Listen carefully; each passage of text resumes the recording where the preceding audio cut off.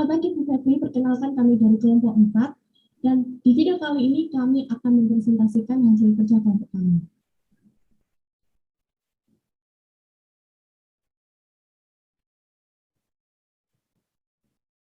Materi yang akan kita bahas, sejarah teori pemisahan atau pembagian kekuasaan. Yang sebelumnya, kami akan memperkenalkan diri kami masing-masing. Perkenalkan, nama saya Daniela Kanani Hendawarti, saya absen 9. Perkenalkan, nama saya Abraham Nikolas Triwibawa Putra Sayalangi, saya absen 2. Perkenalkan semuanya, nama saya Angelika Nesa Kristi dari absen 4. Halo semuanya, perkenalkan nama saya Kesha Devina Kuncoro, absen 21. Perkenalkan, nama saya Jonathan Farel, nomor absen 17. Mari kita masuk ke konsep yang pertama. Awal mula konsep pemisahan kekuasaan. Konsep pemisahan kekuasaan lahir dari keinginan membatasi kekuasaan para raja yang bersifat absolut di Eropa. Ide mengenai pembatasan kekuasaan ini dihembuskan oleh John Locke dan Montesquieu. Pemisahan kekuasaan berarti kekuasaan negara itu terpisah-pisah dalam beberapa bagian, baik mengenai organnya maupun fungsinya.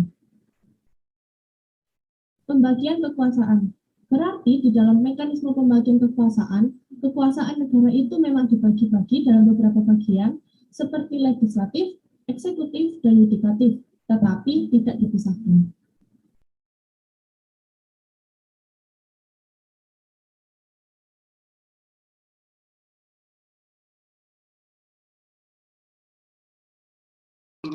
Kali ini saya akan menjelaskan prinsip pemisahan kekuasaan. Yang pertama adalah John Locke, yang kedua Montesquieu, ketiga perbedaan, dan keempat adalah dalam Islam. Yang pertama John Locke, dibagi menjadi 3 kekuasaan, yaitu yang pertama kekuasaan legislatif, yang bertugas untuk membuat peraturan perundang-undangan.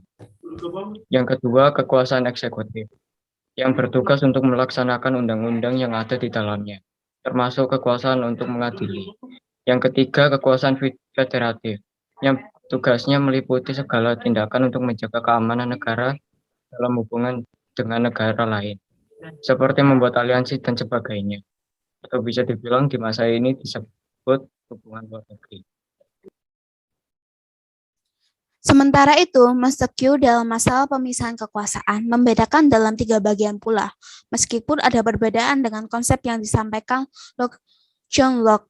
Dibagi menjadi 3 kekuasaan, yaitu yang pertama kekuasaan legislatif, bertugas untuk membuat undang-undang, dan yang kedua kekuasaan eksekutif, bertugas untuk menyelenggarakan undang-undang, tetapi diutamakan tindakan di bidang politik luar negeri. Dan yang ketiga, kekuasaan yudikatif, bertugas untuk mengadili atas pelanggaran undang-undang. Oke, jadi di sini saya akan menjelaskan tentang Montesquieu. Montesquieu dalam setiap pemerintahan 3 jenis kekuasaan itu mesti terpisah satu sama lainnya, baik mengenai tugas maupun mengenai alat perlengkapan yang melakukannya. Menurut ajaran ini tidak dibenarkan adanya campuran tangan atau pengaruh yang mempengaruhi antara yang satu dengan yang lainnya. Oleh karena itu, ajaran Montesquieu disebut pemisahan kekuasaan. Artinya, ketika kekuasaan itu masing-masing harus terpisah, baik lembaganya maupun orang yang menanganinya. Karena menurut analisis yang dibuat oleh Montesquieu atas pemerintahan Inggris, dan ia menyatakan bahwa ketika kekuasaan legislatif dan eksekutif disatukan pada orang yang sama atau pada lembaga tinggi yang sama, maka tidak ada kebebasan. Sekali lagi, tidak akan ada kebebasan.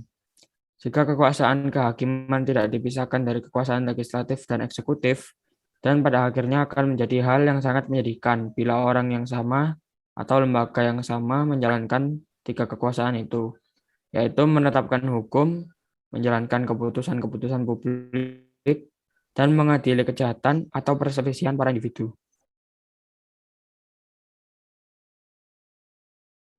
Jadi di sini saya akan memberikan penjelasan mengenai perbedaan John Locke dan Montesquieu.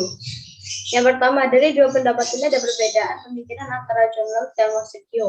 John Locke memasukkan kekuasaan yudikatif ke dalam kekuasaan eksekutif, sementara Montesquieu memandang kekuasaan pengadilan yudikatif itu adalah sesuatu kekuasaan yang berdiri sendiri.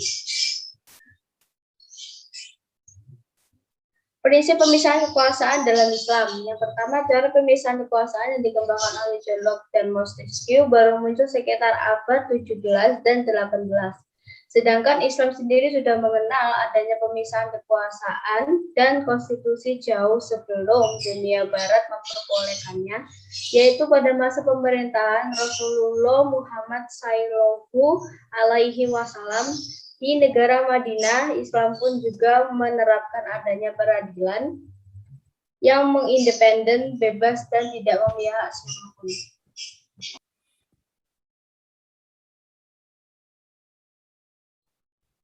Kesimpulan dari materi kali ini adalah sebuah ide bahwa sebuah pemerintahan berdaulat harus dipisahkan antara dua atau lebih kesatuan kuat yang bebas.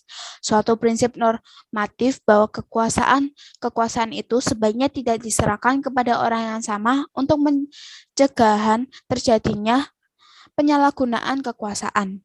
Dan kekuasaan sendiri menurut sejarah yang ada dibagi menjadi tiga, yaitu legislatif, eksekutif, yudikatif. Dan dalam Islam sendiri sudah menggunakan sistem pemisahan atau pembagian kekuasaan sebelum dipopulerkan oleh John Locke dan Montesquieu.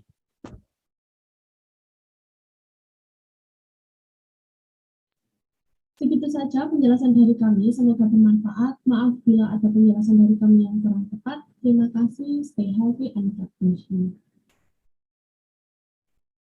Sekian.